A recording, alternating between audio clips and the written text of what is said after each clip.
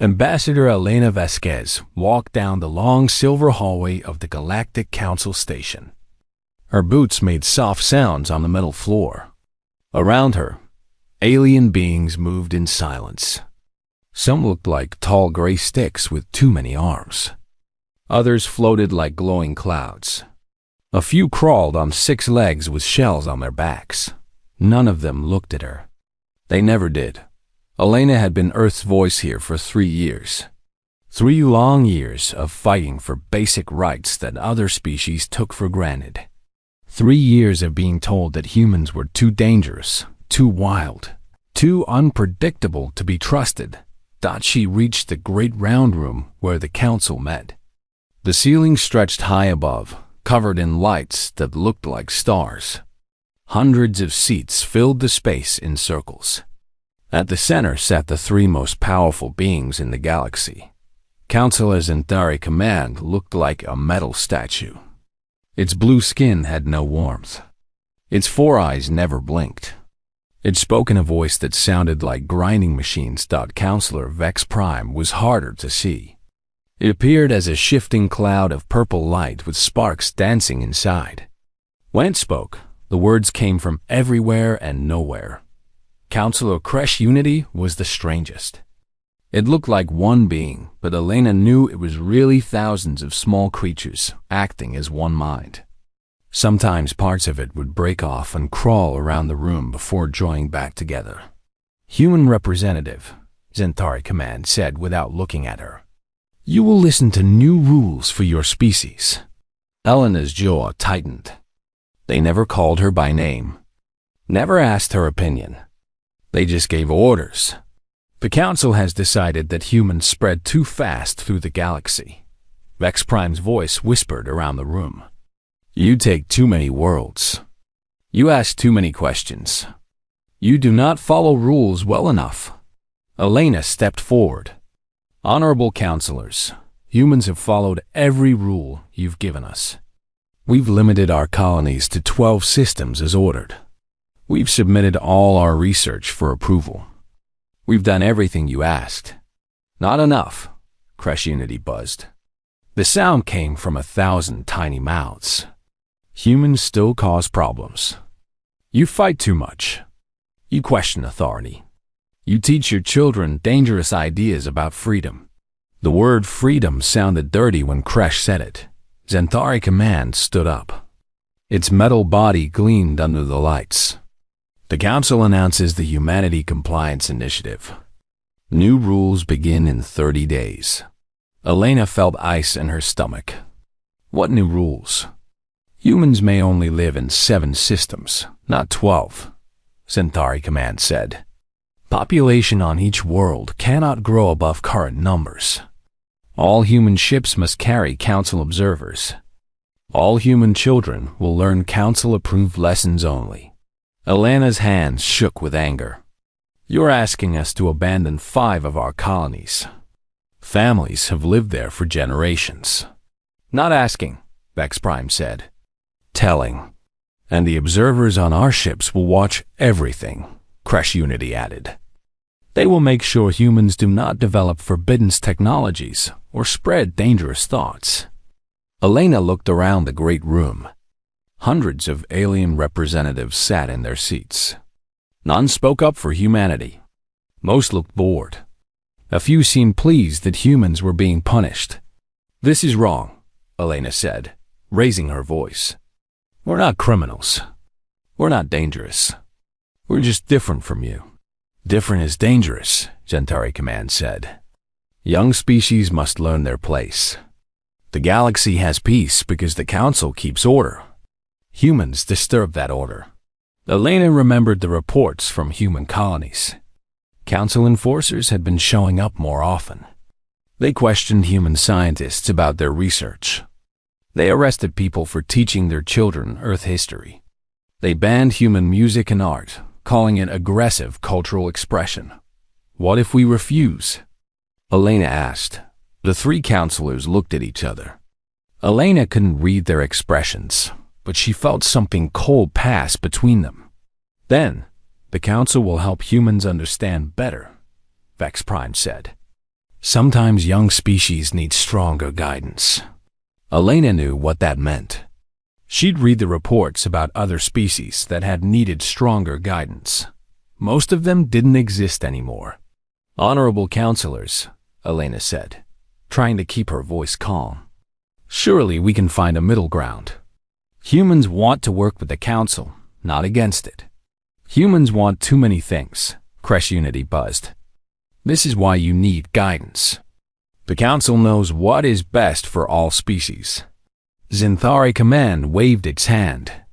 You have 30 days to prepare your people. Council ships will arrive to help with the relocation. Elena wanted to argue more, but she knew it was useless. The council had made its decision. They saw humans as a problem to be solved, not people to be respected. As she turned to leave, Vex Prime spoke again. Human representative, your people would be wise to accept these changes peacefully. The council does not like to use force, but it will if necessary. Elena walked back down the silver hallway. Her mind raced with everything she needed to do. She had to warn Earth. She had to contact the colonies. She had to find a way to fight this without giving the council an excuse to use their stronger guidance. But as she walked, another thought grew in her mind. The council thought they knew humans. They thought they understood what made humans tick. They saw the arguments, the questions, the refusal to simply obey without thinking, that they didn't understand the most important thing about humans. They didn't understand what happened when you pushed humans too far. Elena reached her small office and sealed the door. She sat at her desk and began typing a message to Earth. As she wrote, she thought about her grandfather's stories of old wars. Stories about what humans did when someone tried to take away their freedom. The council thought they were solving a problem. They didn't realize they were creating a much bigger one. Elena finished her message and sent it through the secure channel to Earth. Then she leaned back in her chair and whispered the words her grandfather used to say. You can push a human only so far. After that, you better run. Outside her window, the stars looked cold and distant. But Elena knew that soon they would see something the galaxy hadn't witnessed in a very long time. They would see what happened when humanity said no. The news spread through human space like wildfire. From Earth to the farthest colonies, people gathered around screens to hear Ambassador Vasquez's message. The words hit like a punch to the stomach. 7 systems only. Population limits. Council observers on every ship. Captain Marcus Chun stood on the bridge of his patrol ship, the Defiance. Around him, his crew watched the broadcast with growing anger. Chen was 42 years old, with gray hair and scars from border conflicts. He'd served humanity for 20 years, always following orders, always keeping the peace. But this was different. Captain, his first officer said quietly. Orders from Fleet Command? Chun looked at the message on his screen. The official orders were simple. Prepare for colony evacuation assistance. Help move people from the 5 systems that humans had to abandon. Do it peacefully. Do it quietly. Sir? His officer asked again. Chun closed the message without answering. Instead, he opened another channel, one that didn't appear in any official records. A coded signal went out to other human patrol ships. Within an hour, responses came back. Short messages that said everything. Defiance, this is Thunder Bay. We stand with you. Defiance, this is New Horizon. Ready for orders. Defiance, this is Iron Will. Humanity first. On the mining colony of New Olympus, Foreman Sarah Kim stood before 200 workers. The mine produced rare metals that powered half the council's technology. For years, humans had dug these metals from the ground, sending them to alien worlds while their own colonies barely had enough energy for basic needs. They want us to leave, Sarah said. Pack up and go to one of their approved worlds. Leave behind everything we've built here. The workers looked angry. These were tough people who had spent their lives digging in dangerous tunnels. They had families here, friends here. New Olympus wasn't just a place they worked, it was home. What do we do? Someone called out. Sarah smiled, but it wasn't a happy smile. We have a choice. We can pack up and leave like good little children. Or we can show them what happens when you try to push humans around. The workers nodded. They knew what she meant. Over the next few days, strange things began happening on New Olympus. Mining equipment kept breaking down. Computer systems had mysterious glitches. Shipments to Council worlds were delayed by technical problems. The Council observers who came to investigate found nothing wrong. The humans were very helpful, very apologetic. They promised to work harder, to be more careful. But the problems kept happening. On the research station Kepler's Dream, Dr. James Wright made a discovery that changed everything. Wright was a scientist who studied alien cultures and history. He'd spent years reading through old Council records, trying to understand how the galaxy worked. Late one night, buried in files that were thousands of years old, he found something terrible. 3 species had vanished from the galaxy in the last 2,000 years. The Council records said they had died out naturally. But Wright found older files, hidden deeper in the archives. The Telkari had been too individualistic. The Council had placed them under a compliance program. Within 50 years, their population had dropped from billions to thousands. Then to hundreds. Then to none. The Valdris had been too aggressive in their territorial expansion. They received the same treatment. The same result. The Nexari had been unable to adapt to galactic civilization.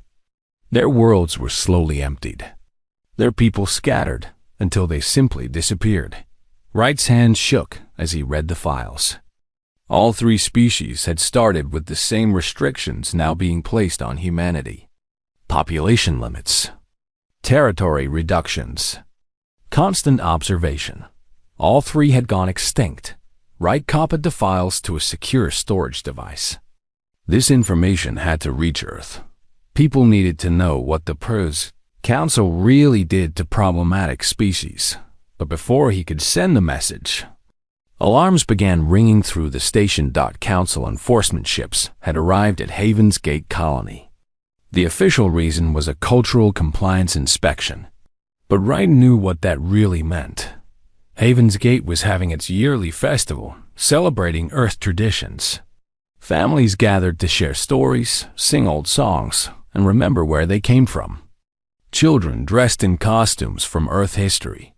Adults told tales of great battles and brave explorers. To the Council, this was dangerous propaganda. The enforcement ships landed without asking permission. Gray skins and Thari soldiers marched through the festival grounds.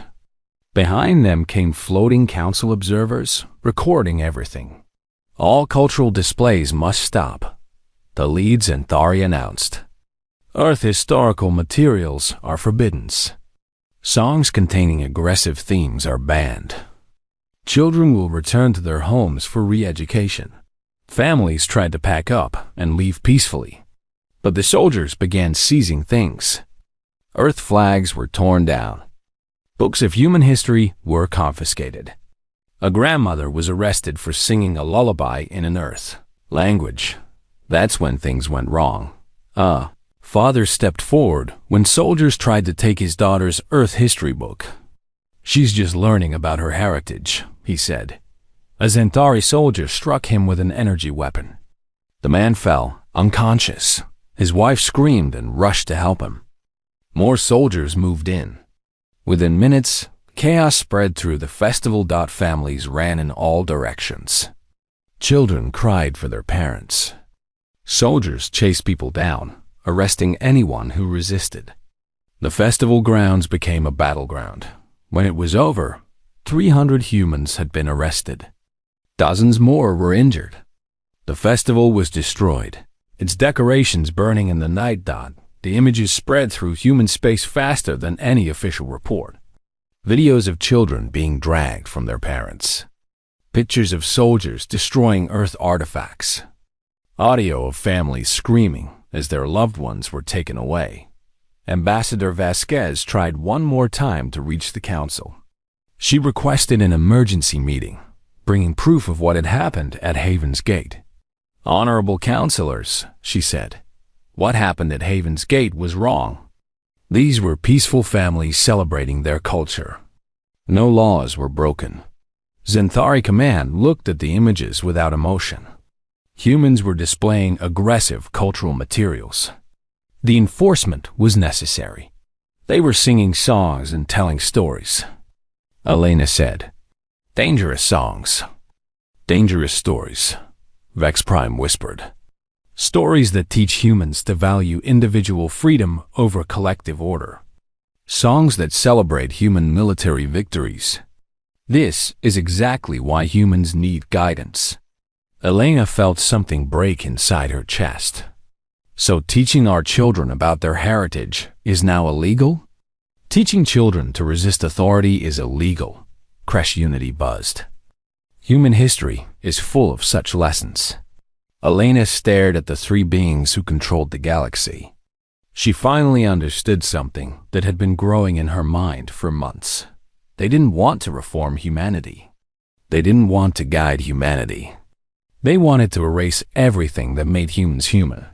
"I see," Elena said quietly. "Good," Zenthari Command said. "Then you understand why the compliance initiative must proceed.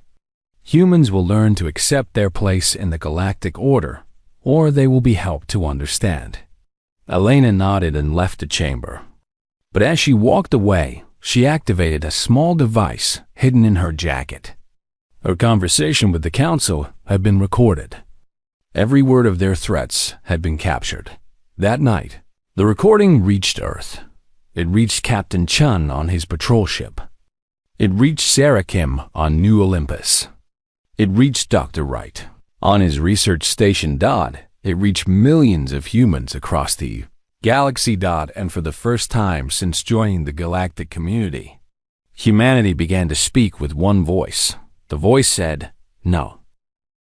Captain Chun's ship arrived at Haven's Gate 2 hours after the council ships had left. What he found there would stay with him for the rest of his life. The festival grounds looked like a war zone. Burned decorations lay scattered across the grass. Children's toys were broken and forgotten. Buildings showed scorch marks from energy weapons. But the worst part was the families. Chun walked among them, listening to their stories. Parents who didn't know where their children had been taken. Grandparents beaten for teaching Earth songs. Young people arrested for wearing clothes with Earth symbols. "They said our history was poison," one woman told him, tears in her eyes. "They said teaching our children about Earth would make them dangerous." Chun knelt down next to a little girl who was crying. She couldn't have been more than 6 years old. "Where's your daddy?" he asked gently. "The metal people took him," she whispered. "He was telling me a story about brave Earth soldiers. They said it was a bad story." Chun felt something cold and hard settle in his chest. These weren't criminals or rebels. They were families celebrating their heritage. Children learning about where they came from. And the council had treated them like enemies. Chun sent his report to Fleet Command, but he knew it wouldn't change anything. The official response would be the same as always, regrettable but necessary. Humans must learn to follow galactic law. But Chun also sent another message on the private channel that connected human ship captains across the galaxy. The message was simple. They crossed the line at Haven's Gate. How much more will we take? The responses came quickly. "We're with you, Defiance." "Ready for orders. Just say the word." Ambassador Vasquez tried one more time to make the council listen to reason. She had Dr. Wright's evidence about the extinct species. She had recordings of the council's threats. She had video evidence of what really happened at Haven's Gate. She requested an emergency session with the full council. For once, they agreed to see her. The great chamber was packed with representatives from hundreds of species. Vasquez stood at the center, surrounded by aliens who had never cared about human suffering. "Honorable counselors," she began, "I bring evidence of a terrible truth. The Council has not been protecting the galaxy from dangerous species. It has been systematically destroying any species that doesn't fit its vision of order." She activated her projector. Images filled the air above the chamber. Ancient records about the Telkari, Valdris, and Nexari, species that had once filled star systems, now reduced to footnotes in history books.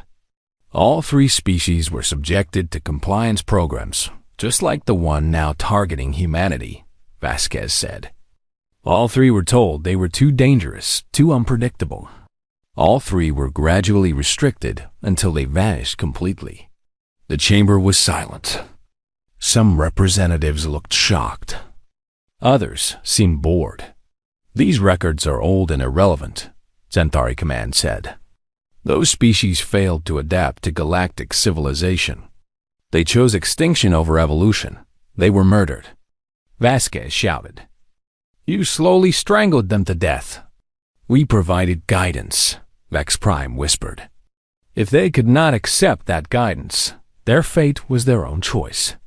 Vasquez played her recording of the Council's conversation. Their cold words about helping humans understand better. Their threats about stronger guidance. Their complete lack of concern for human rights. "You're planning the same thing for humanity," she said. "You want us to disappear, just like the others." The three counselors looked at each other. For a moment, Vasquez hoped she had reached them. Maybe they would see how wrong this was. Then Centauri Command spoke. "The Humanity Compliance Initiative will proceed as planned. If humans cannot accept their place in the galactic order, then perhaps they do not belong in the galaxy." The words hit Vasquez like a physical blow. The Council wasn't even pretending anymore. They were openly threatening genocide. Furthermore, Kresh Unity buzzed. "The timeline will be accelerated. Humans have shown they cannot be trusted with gradual change. Immediate relocation will begin in 7 days. 7 days. Not 30. 7. Human military ships will be impounded to prevent interference," Vex Prime added.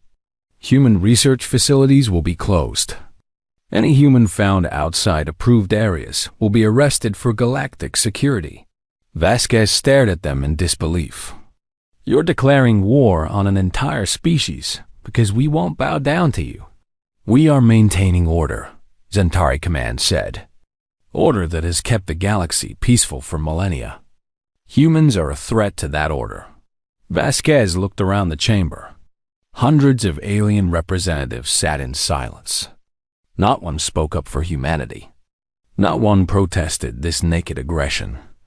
"I see," Vasquez said quietly. "Then there's nothing more to discuss." She walked out of the chamber for the last time. Behind her, the Council began discussing the details of humanity's destruction as if they were planning a delivery schedule. But as Vasquez left, she wasn't thinking about defeat. She was thinking about a conversation she'd had with Earth's leaders months ago. A conversation about what to do if diplomacy completely failed. A conversation about Protocol 7. 2 days later, the transport ship New Horizon was moving through space, carrying 847 passengers. Most were families being relocated from colonies that humans would have to abandon. Children pressed their faces to the windows, watching stars go by. Parents tried to comfort them with promises that their new homes would be just as good. The ship carried no weapons. Its only cargo was personal belongings and family treasures. Old photographs from Earth, books of human stories, small toys that children couldn't bear to leave behind. Council enforcement ships intercepted the New Horizon in empty space. They demanded to board and search for contraband research materials. Captain Sarah Torres of the New Horizon cooperated fully. She opened all cargo holds. She provided passenger lists and manifests. She answered every question. The Council found nothing illegal. How could they? The passengers were refugees, not rebels. But the enforcement commander, a cold Xanthari named Thak-7, was not satisfied. These humans carried dangerous materials, he declared. Earth cultural items that could spread subversive ideas. Sir, those are just personal belongings, Captain Torres said. Family photos and children's toys. Propaganda tools, Thak-7 replied. This ship will be destroyed to prevent contamination. You can't, Torres said. There are children on board. Families. Dangerous elements that must be eliminated. The New Horizon had no weapons, no shields, no way to fight back. Captain Torres sent out a desperate distress call, but no human ships were close enough to help. THAK-7 gave the order to fire. The New Horizon died in silence, taking 847 innocent people with it. Among the dead were 200 children, who had only wanted to keep their teddy bears and storybooks. The news reached human space like a lightning bolt. For the first time in 50 years of galactic membership, the Council had openly murdered human civilians. Men, women, and children, whose only crime was carrying reminders of their home. Captain Chen received the news on his bridge. Around him, his crew stood in shocked silence. Sir? His first officer asked quietly. Chen stared at the tactical display showing where the New Horizon had died. 847 lives. Snuffed out because they carried Earth photographs. Then his communications officer spoke up. Captain, we're receiving a priority transmission from Earth. Command frequency. Authorization code. Protocol 7. Chung felt his blood turn to ice. Protocol 7 was the code they all knew, but never expected to hear. It meant that diplomacy had failed completely. It meant that the Council had proven itself to be humanity's enemy. It meant the gloves were coming off. Put it on speaker, Chun said. Admiral Sarah Morrison's voice filled the bridge. She was the head of Human Fleet Command, a woman who had spent her life serving peace, but was ready for war when peace became impossible. Attention all human vessels, the Admiral said. Protocol 7 is now active. Repeat, Protocol 7 is now active. You have your orders. You know what to do. Around the bridge, Chun's crew exchanged looks. They all knew what Protocol 7 meant. For decades, humanity had been preparing for this day. They had hoped it would never come, but the Council had made their choice. They had shown what they really thought of human life. All hands, general quarters, Chun announced. Activate hidden systems. Unlock weapon storage. Power up the real engines. Throughout human space, other ships were receiving the same orders. Vessels that the Council thought were simple patrol boats began powering up weapons that shouldn't exist. Cargo ships revealed themselves as disguised warships. Civilian stations activated. Defense systems that dwarfed anything in the Council's database. On mining stations and research facilities, humans began uploading files that had been hidden for years. Plans for weapons. Tactical studies of Council forces. Detailed maps of every Council installation in the galaxy. The Council had spent 50 years thinking they understood humanity. They thought they knew what humans were capable of. They were about to learn how wrong they were. Chun looked around. His bridge one last time. His crew was ready. His ship was ready. Across human space, thousands of other ships and stations were ready. The Council wanted to see what happened when you pushed humans too far. They were about to find out. The first sign that something had changed came at the mining station, Titan's Edge. Council enforcers arrived to seize control of the facility, expecting the usual human cooperation. Instead, they found weapons pointing at them. This is Enforcement Commander Zek-9, the Xanthari leader broadcast. Lower your weapons and submit to Council authority. The human response came from Sarah Kim, the mining foreman who had spent months planning for this moment. This is Titan's Edge. You are not welcome here. Leave now or face the consequences." The Zentari commander laughed. "Humans with mining tools think they can threaten Council forces? Prepare for boarding." But when the Council ships moved closer, Titan's Edge revealed its true nature. Hidden panels opened across the station's surface. Weapons that looked like mining lasers powered up, except these lasers could cut through Council ship armor like paper. The first Council ship died in 3 seconds. The second tried to retreat, but found itself surrounded by human vessels that had appeared from nowhere. Ships that the Council sensors had listed as simple cargo haulers now bristled with advanced weapons. How? Zek-9 whispered before his ship joined the wreckage floating around Titan's Edge. Across human space, the same scene played out dozens of times. Facilities the Council thought were defenseless revealed hidden weapons. Ships they believed were harmless showed their true power. Captain Chen's Defiance led a squadron toward the detention center where Haven's Gate prisoners were being held. The Council had built the prison in an asteroid field, thinking humans would never risk a rescue in such dangerous space. They were wrong. Human ships moved through the asteroids like dancers. Their pilots had trained for this scenario for years, practicing in Earth's own asteroid belt. What looked impossible to alien eyes was just another training exercise to human crews. The prison's defenses were designed to stop standard Council ships.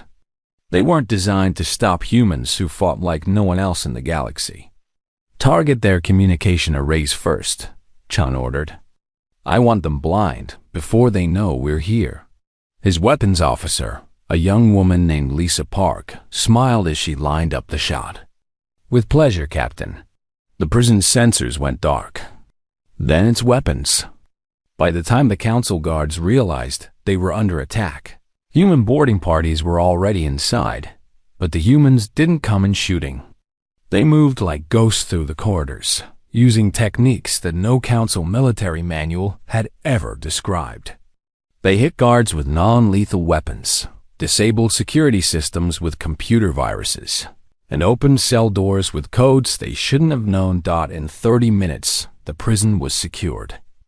Every human prisoner was free. The Council guards were locked in their own cells, unharmed but humiliated. "How did you get those access codes?" The prison warden asked as Chun's people led him to a cell. Chun smiled.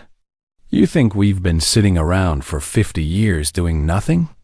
We've been watching you, learning from you, getting ready for the day you showed us who you really are." Across the galaxy, similar operations were succeeding beyond anyone's dreams. Human forces moved with coordination that seemed impossible. They struck at the exact right targets at the exact right times. They used weapons and tactics the Council military computers couldn't understand. The secret was revealed when Dr. Wright broadcast his evidence to every species in the galaxy. But he didn't just reveal the Council's genocide of previous species. He revealed something else that shocked the galaxy even more. Humanity had known this day would come. From the moment they joined the galactic community, human leaders had seen the Council for what it really was. A system designed to crush any species that didn't fit their narrow definition of civilized. So they had prepared. For 50 years, human scientists had been reverse engineering Council technology and improving it. Every trade mission had been a chance to gather intelligence. Every diplomatic meeting had been an opportunity to map Council installations. Every simple cargo ship had been carrying hidden sensors and recording equipment. The Council thought they were watching humanity. They never realized that humanity was watching them right back. Dr. Wright's broadcast reached species across the galaxy. He showed them the truth about the Tolkari, Valdris, and Nexari. He revealed how the Council slowly strangled any species that dared to think differently. But more importantly, he showed them that the Council was still doing it. Right now. To humanity. The reaction was immediate and devastating to Council authority. On the world of Kepler-7, a species called the Therani had been living under council restrictions for decades. They were told it was for their own good. They were too aggressive, too territorial.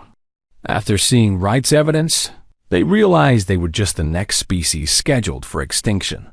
The Therani revolted within hours. Their hidden weapons appeared from nowhere, weapons they had been developing in secret, just like the humans. Within a day, every council installation on their worlds was under attack. Similar uprisings erupted across the galaxy. Species that had accepted council rule for centuries suddenly questioned everything they had been told. If the council had lied about the extinct species, what else had they lied about? The council's response was swift and brutal. They sent their most powerful warships to crush the rebellions. But they found themselves facing an enemy that fought like nothing they had ever encountered. Humans didn't fight like the council expected. Council forces were used to formal battles between fleets. Humans used hit-and-run attacks, ambush, and psychological warfare that left council commanders confused and demoralized. When a council battle group arrived at the Therani homeworld, they found themselves facing not just Therani rebels, but human advisors who had somehow appeared overnight. These humans taught the Therani tactics that no council textbook contained. Surround them, then attack from the direction they least expect. Captain Chun advised the Therani fleet commander. Make them think about their families back home instead of the battle. Fear is more powerful than any weapon. The council forces, trained for honorable fleet combat, crumbled under this kind of warfare. Ships surrendered rather than face human-trained boarding parties. Commanders asked for transfers rather than fight an enemy that seemed to be everywhere and nowhere at once. But the greatest shock came when Admiral Morrison's task force arrived at Council Prime, the capital station, where the three counselors ruled the galaxy. The station was heavily defended by the best ships in the council fleet. Energy shields protected it from any conventional attack. Thousands of automated weapons covered every approach. None of that mattered. The human fleet didn't attack the station directly. Instead, they broadcast a message on every communication channel in the galaxy. Citizens of all species, this is Admiral Sarah Morrison of the Human Confederation Fleet. You are about to witness the end of the Council's reign of terror. What you see today will show you that no tyrant is too powerful to fall, no oppressor too strong to defeat. Then the humans began their attack, but it wasn't an attack on the station's weapons or shields. It was an attack on everything the Council represented. Human ships released millions of small drones that didn't carry weapons. Instead, they carried the truth. Every drone contained copies of Dr. Wright's evidence, recordings of the Council's threats, video of the New Horizons destruction, proof of 50 years of Council lies and oppression. The drones spread through the station, uploading their data to every computer system they could find. Within minutes, every being on Council Prime had access to the complete truth about their government. The reaction was immediate. Species that had served the Council for millennia learned that they had been tools of genocide. Council officials discovered that their leaders had been systematically murdering entire civilizations. On the station's main communication center, a young Xanthari technician named Keftu stared at the evidence on his screen. His people had served the Council for 10,000 years. They believed they were protecting galactic peace. Now he saw images of human children being torn from their parents. He read about species that had been slowly murdered for the crime of being different. He watched recordings of the three counselors discussing humanity's destruction, like they were planning a supply delivery. KETH-2 looked around the communication center. Other Xanthari technicians were seeing the same evidence. Their faces showed the same horror he felt. "We've been serving monsters," one of them whispered. "What do we do?" Another asked. KETH-2 made a decision that would change galactic history. He opened a communication channel to the human fleet. Human ships, this is Council Prime Communication Center. We want to help you. Tell us what you need. Similar messages came from across the station. Council security forces laid down their weapons. Administrative staff opened their databases to human hackers. Even some of the Council's elite guards walked away from their posts. The three counselors found themselves alone in their chamber, watching their empire crumble around them. For the first time in millennia, they felt something they had never experienced before: fear. How? Zenthari Command asked, his voice no longer steady. How did a primitive species do this to us? Admiral Morrison's voice filled the chamber. You wanted to know what makes humans dangerous? I'll tell you. We never forget. We never forgive. And we never, ever give up. The Council's greatest weapons had turned against them. Their own people had the Battle of Council Prime lasted only 6 hours. Not because the Council's defenses were weak, but because they had no one left to fight for them. Admiral Morrison stood on the bridge of the human flagship, unbroken, watching as the last Council ship surrendered. Around her, the greatest military force in galactic history was laying down its weapons without firing a shot. Admiral, her communications officer, reported, "We're receiving surrender requests from 17 more battle groups. They're asking for safe passage to their home systems." Morrison nodded. This was exactly what she had hoped for. The humans hadn't come to conquer the galaxy. They had come to free it. "Grant their requests," she said. "All Council forces that surrender will be allowed to return home safely. We're not here to rule them. We're here to give them a choice." In the Council chamber, the three beings who had controlled the galaxy for millennia faced their final defeat. They sat alone in the great room that had once been filled with hundreds of representatives. Now, those representatives had joined the rebellion against their former masters. Captain Chun entered the chamber with a squad of human marines. But he didn't come as a conqueror. He came as a police officer making an arrest. "Councilor Zenthari Command," he said formally. "Councilor Vex Prime. Councilor Kresh Unity. You are under arrest for crimes against sentient life, genocide, murder, systematic oppression of multiple species. You will be given a fair trial according to the laws you yourselves established." Zenthari Command looked up at the human captain. For thousands of years, this being had decided the fate of countless worlds. Now it would face judgment for its crimes. "Humans," it said, its voice hollow, "what will you do now? Will you become the new council? Will you rule the galaxy as we did?" Chun looked at the broken alien with something that might have been pity. "No, we're going to do something you never understood. We're going to let everyone choose for themselves." The trials that followed became the most watched event in galactic history. For the first time, the rulers of the galaxy were held accountable for their actions. The evidence was overwhelming. Thousands of years of oppression, dozens of extinct species, countless lives destroyed in the name of order. But the humans insisted on following proper legal procedures. The former counselors were given lawyers. They were allowed to present their defense. They received the fair trials they had never given their victims. Ambassador Vasquez served as the chief prosecutor. She stood before a jury of representatives from every species in the galaxy and presented the evidence that Dr. Reich had uncovered. The defendants claimed they were maintaining peace, she said. But what they really did was create a galaxy of fear. Fear of being different. Fear of asking questions. Fear of standing up for what's right. The defense tried to argue that the Council had prevented galactic war. They claimed their harsh methods were necessary to keep order. Dr. Wright, testifying as the chief witness, demolished this argument. The galaxy wasn't peaceful under the Council. It was paralyzed. Species were too afraid to grow, too scared to explore, too terrified to think new thoughts. That's not peace. That's death. The verdict was unanimous. Guilty on all charges.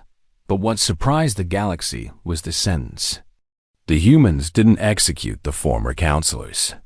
They didn't torture them or send them to terrible prisons. Instead, they were sentenced to life in comfortable confinement, where they would spend their remaining years learning about the species they had tried to destroy.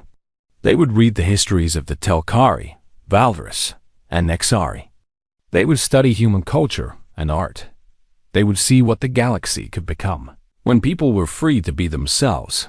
Some called it mercy. Others called it the cruelest punishment possible, forcing the former tyrants to understand what they had lost. With the council gone, the galaxy faced a question it hadn't confronted in millennia. What came next? The answer came from an unexpected source. Not from humanity, but from all the species working together. The Constitutional Convention met on a neutral station in empty space. Representatives from hundreds of worlds gathered to create something that had never existed before. A truly democratic galactic government. Ambassador Vasquez served as the convention's chairwoman, but she made sure that every species had an equal voice. The Thyrany, who had been oppressed for centuries, sat next to species that had served the council faithfully. Former enemies worked together to build a better future. The debates were long and sometimes heated. How do you create laws that work for beings who live underwater and beings who live in gas clouds? How do you balance the needs of hive minds with the rights of individuals? But slowly, carefully, they found answers. The Galactic Confederation that emerged was unlike anything the galaxy had ever seen. Every species governed itself. No one could force their values on anyone else. Technology was shared freely. Trade was voluntary. Exploration was encouraged. Most importantly, there were protections to make sure another council could never arise. No single species could control more than a small fraction of government positions. No military force could be used against peaceful populations. No culture could be banned or suppressed. Captain Chun became the first admiral of the Confederation Defense Force. His job wasn't to conquer new worlds, but to protect the freedom of all species. The ships under his command came from dozens of different worlds, crewed by beings who had once been enemies. Dr. Wright was chosen to head the new Galactic Research Initiative. For the first time in millennia, scientists could study whatever they wanted without fear of government interference. The technological advances that followed transformed the galaxy within a decade. Sarah Kim left her mining job to become the Confederation's first Director of Economic Development. She worked to make sure that no species would ever again be forced to give up their resources to feed an oppressive system. But perhaps the most important change was the simplest one. Children across the galaxy could now learn about their own heritage. They could sing the songs of their ancestors. They could tell the stories that made them who they were. The galaxy discovered something wonderful. Diversity made them stronger, not weaker. A year after the council's fall, Elena Vasquez stood in the same chamber where she had once begged for basic human rights. But now it was different. The cold, empty seats were filled with representatives who actually listened to each other. The atmosphere of fear had been replaced with hope. She was no longer an ambassador pleading for her people's survival. She was the first elected president of the Galactic Confederation, chosen by free beings to represent their common interests. In her inaugural address, she spoke words that were broadcast to every world in the galaxy. For too long, this galaxy lived in fear. Fear of those who were different. Fear of new ideas. Fear of change itself. That age is over. Today we begin something new. Today we choose freedom. The response was immediate. Across the galaxy, beings of every species cheered. Not because a human was speaking, but because someone was finally speaking for all of them. The transformation wasn't complete overnight. There were still conflicts to resolve, wounds to heal, injustices to correct. Some species struggled to adapt to freedom after millennia of oppression. Others had to learn that their old privileges were gone forever. But for the first time in galactic history, these problems were being solved by cooperation instead of force, by discussion instead of decree, by choice instead of compulsion. 10 years later, Ambassador Vasquez, now former President Vasquez, having served her term and stepped down as democracy demanded, stood on the observation deck of a new kind of vessel. The ship Exploration was the first joint species colony vessel, carrying volunteers from 50 different worlds to establish a new settlement on the galaxy's frontier. Humans worked alongside Tyranny engineers and Centauri navigators. Former Council species shared technology with former rebel worlds. They were going to build something that had never existed, a truly integrated multi-species society. "Do you think it will work?" asked Dr. Wright, who stood beside her watching the stars. Vasquez smiled. "I think we'll find out. That's what freedom means, the right to try, even if we might fail." Behind them, the diverse crew of the Exploration worked together to prepare for their journey. Children played games in a dozen different languages. Artists from various worlds collaborated on new forms of beauty. Scientists shared discoveries that would benefit everyone. As the ship prepared to jump to hyperspace, Vasquez thought about the long journey that had brought them here, about the Council's arrogance, about humanity's patience running out, about the choice to fight for freedom rather than accept oppression. The Council had been right about one thing: humans were dangerous. Not because they were violent or aggressive, but because they carried something that tyrants feared more than any weapon. They carried the idea that all beings deserved to be free. And once that idea was loose in the galaxy, nothing could stop it from spreading. The ship jumped to hyperspace, carrying its diverse crew toward a new world and a new future. Behind them, the galaxy continued its transformation from a prison into a community. The Council had thought they could break humanity's spirit. Instead, they had awakened something far more: